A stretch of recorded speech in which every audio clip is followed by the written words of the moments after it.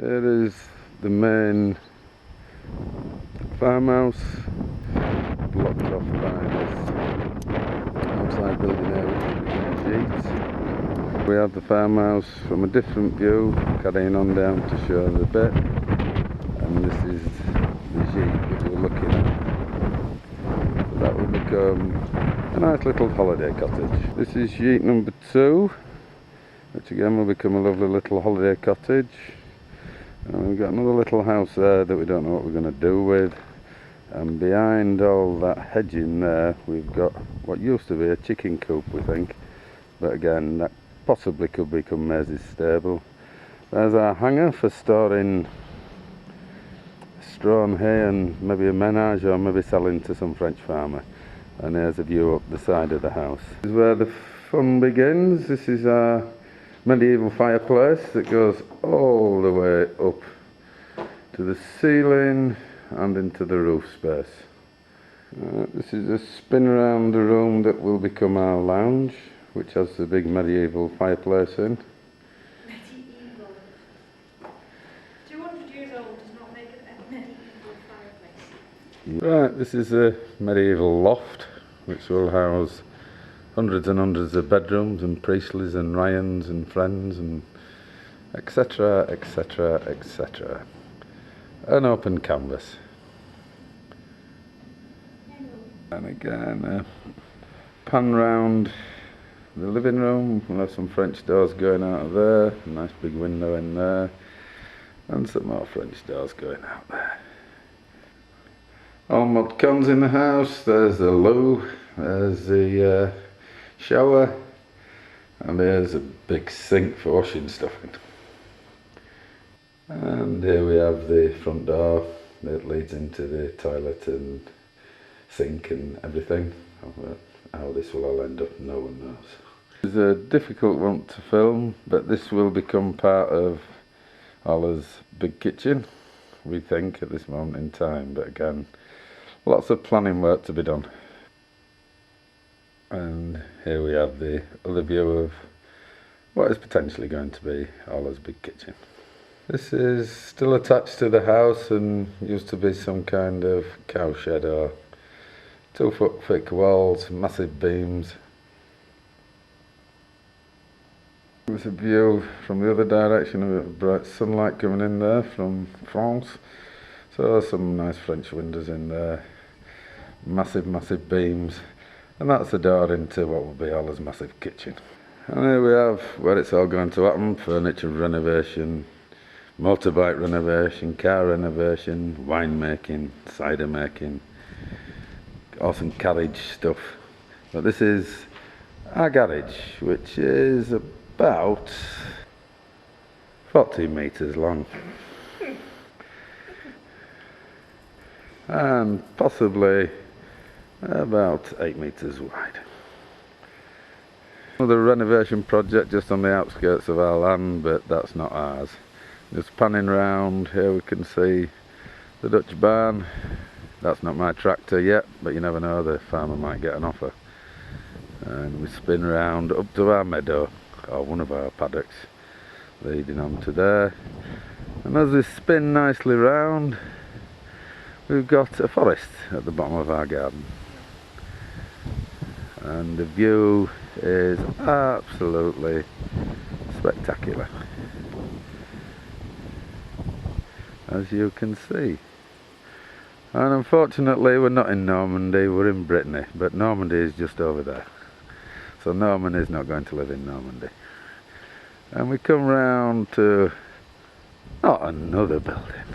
There's a Dutch barn, and here we've got some cow sheds at the back of the house, which they'll all be coming down.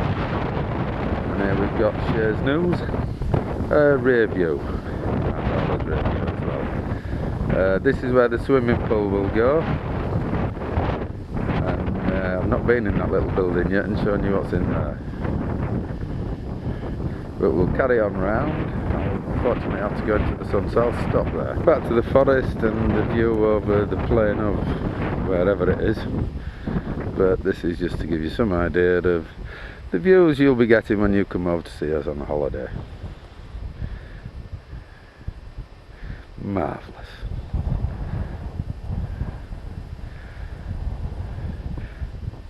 And this view includes another one of our fields. Just to give you some idea of the scale again, here we've got the cow sheds at the back. In a few years' time we'll have a bikini on ready to dive into the pool. Here we have the gable end of the main farmhouse. And here we have another rear view of all and gîte number 1. Again, still on the gable end. And again the rear view of gîte number 1. Coming onto our driveway, which will go into the forecourt, and the gable end of gîte number 2. And carrying on with the panoramas, we spin round west. And again, not flat.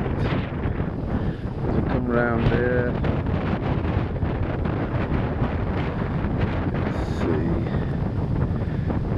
it's not bad.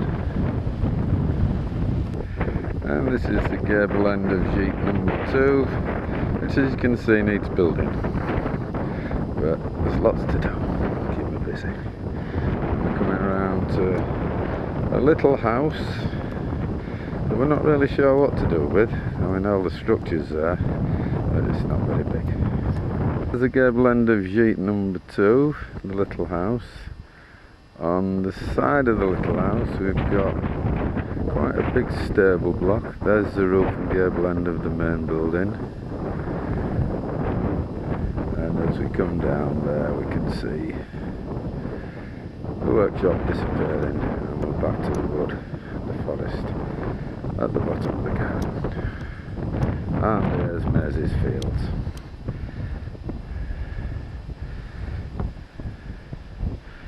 Back to the hangar.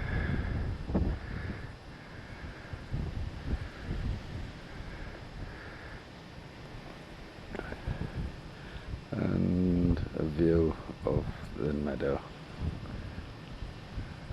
Carry on now, so our land goes up to the trees on the boundary. And back over there. And down there where there's 2 riding tracks going off, and all round where the forest comes up to our boundary. So this is the main horsey bit, and this comes to, we think, probably about 5 acres, 4 acres. This is a southward facing view of the whole complex on the hill, and the main house, gable end there, the workshop, and coming down into the scenery, again part of the pasture, the meadow for the horses, and we're back down to the forest in the bottom of the garden. And there's the first animal we've got on the farm, the little panda. Part of the house, it's kind of damp, barny place, but quite big, about, I'd say 10 metres square maybe, and it's got a very sound roof above it, beams and everything, and that's a little gable window into the roof space on that end bit. So there we are, Vaux Hardys in Perouse de la Perouse in Brittany, almost.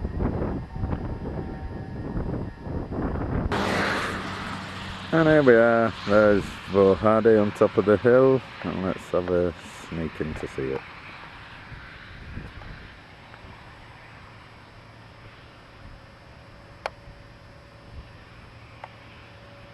There's a house.